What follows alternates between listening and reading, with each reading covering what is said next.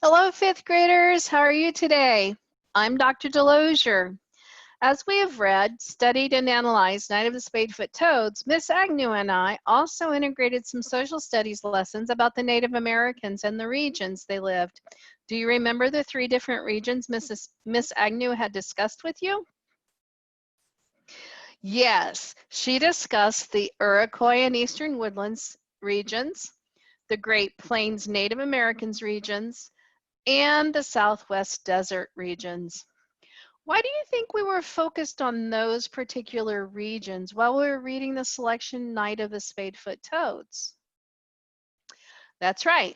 The selection setting occurred many years later when the social studies text did, but they were still connected. How were they connected?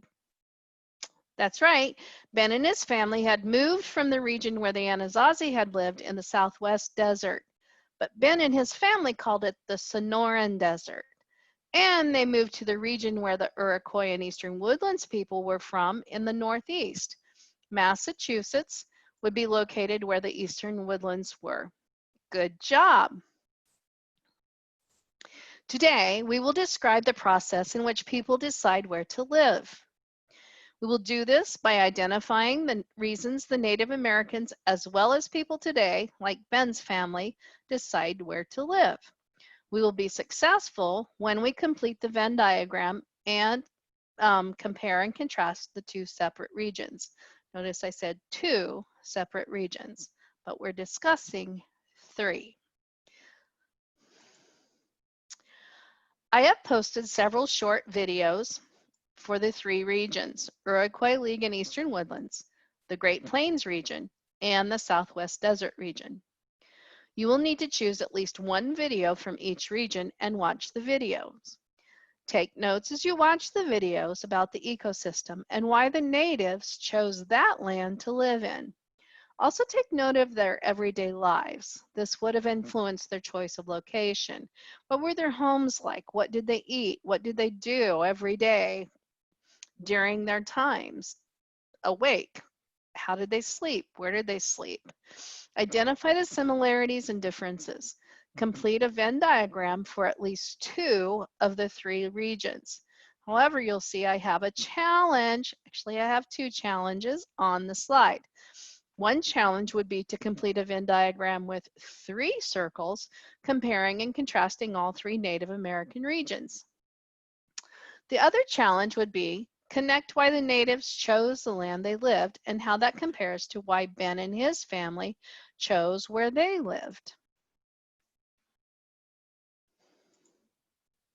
Here is a Venn diagram. It has two places for regions. You could write your first region here and your second region here. In these areas, you would write how those particular regions are different. And then in the center, where it intertwines, would be where you would write how they are the same. I have also a Venn diagram for the challenge where you would use three circles. In one circle, you would have the Eastern Woodlands region. Another circle would be the Great Plains region. See how they're interlocking there? And there's a place where just those two interlock. That's where just those two would be the same.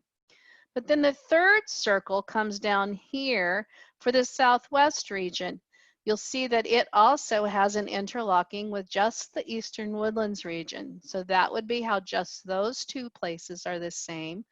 And then over here, the Southwest Desert region also interlocks with the Great Plains region, giving you a place for just how those two regions are the same. But you'll notice there's a center that has the three arrows. That's right, in the very center would only have how all three regions are similar. That's a challenge. Try it if you like. I know you can do it. So give it a chance.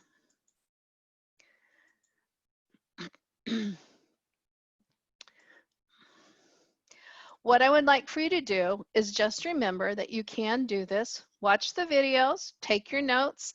It's review. You've had the lessons. I know you can do this. Thanks. Bye.